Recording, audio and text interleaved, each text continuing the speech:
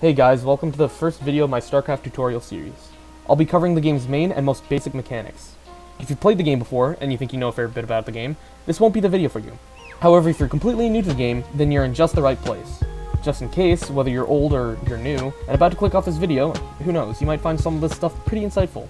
However, just know that the earlier parts of this video series is directed more towards people who have never played Starcraft before, or even have never played an RTS before.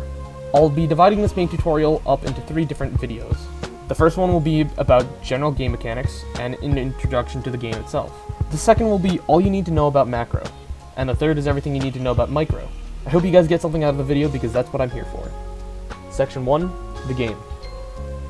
Starcraft Brood War is a real-time strategy game, and as you could guess, that means everything happens in real time. Now there are a few major things that you need to know about how the game works and how it flows. The game revolves completely around the management of your economy, technology, and army. You use resources to produce buildings, upgrades, and units. Micro, or micromanagement, encompasses the management of your army. Macro, or macro management, encompasses the managing of your economy and your technology. Everything happens in real time.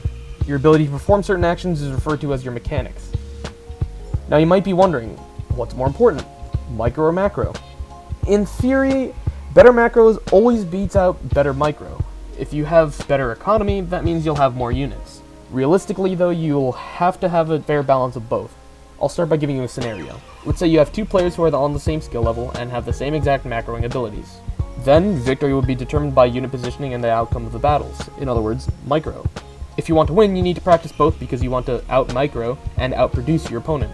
If you have more units than your opponent, then you have a good chance to win battles. However, if your opponent can keep his units alive longer, then they'll be doing more damage to you and might be able to defeat you despite having less. Also, you should consider the benefits of macro and micro versus your opponent's macro and micro. For example, say you're playing Zerg versus Terran. The Terran player moves his army towards your base to attack you. Should you spend your time microing mutas to kill SCVs instead of creating more units to be able to defend your base? If you focus too much on micro, you won't have units back at home to be able to defend. If you focus too much on macro, those mutalisks might be neglected and never be used.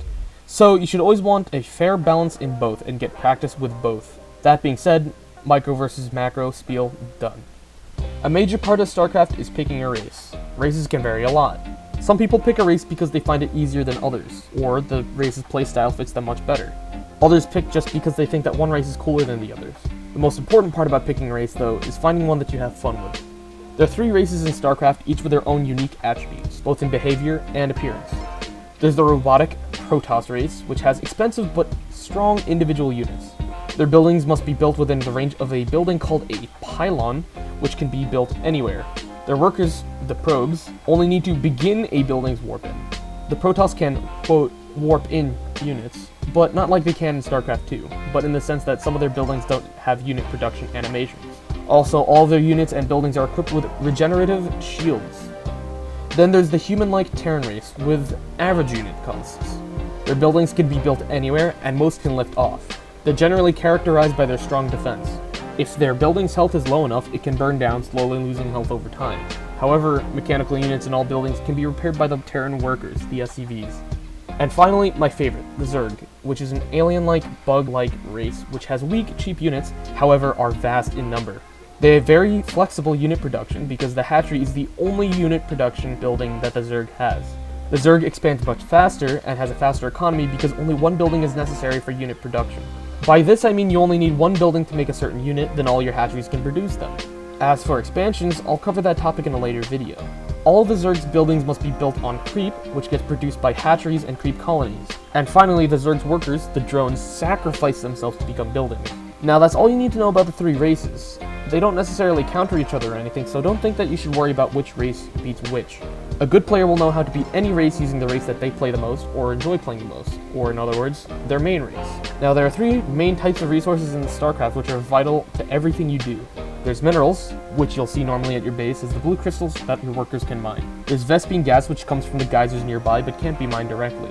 Lastly, there's supply, which is another resource you use to make units but is not needed for buildings. You use minerals to make basic units and buildings. Gas is used to make more advanced stuff, and supply is needed to make units. You have a limit of 200 supply regardless of how many supply depots, pylons, or overlords you make. I'll get much more specific in terms of these resources and races in a later date, but for now this is all you need to know. Anyways, that's it for now. Next time, I'll explain macro and economy in Starcraft. Anyways, thanks for watching, I'll see you guys next time.